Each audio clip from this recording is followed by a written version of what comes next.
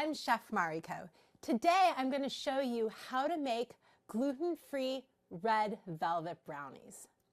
To get started, you will want to get a microwave-safe mixing bowl or cup. In this, I'm going to add 4 ounces of bittersweet chocolate squares. Then I'm going to add 3/4 cups, that's a stick and a half of butter. I'm going to put this mixture in the microwave for a minute so the butter and the chocolate can melt together.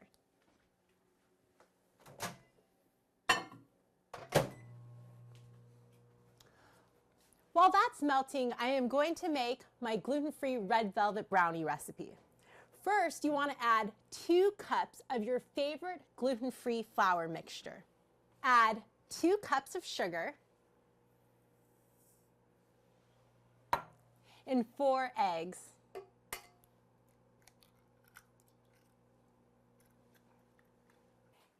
Now my butter and chocolate is melted together, and I'm going to add it to my flour and sugar mixture.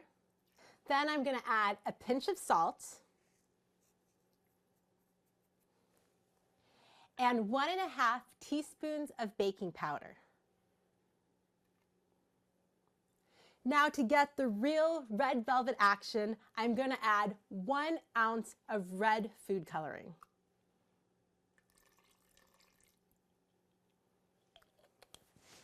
Now mix everything until blended. All my ingredients are mixed together and ready to pour into a greased baking dish.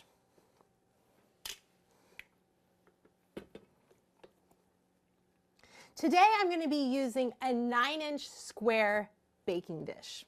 You could grease it using butter or oil. Today I'm using parchment paper. Look how bright red and beautiful this is.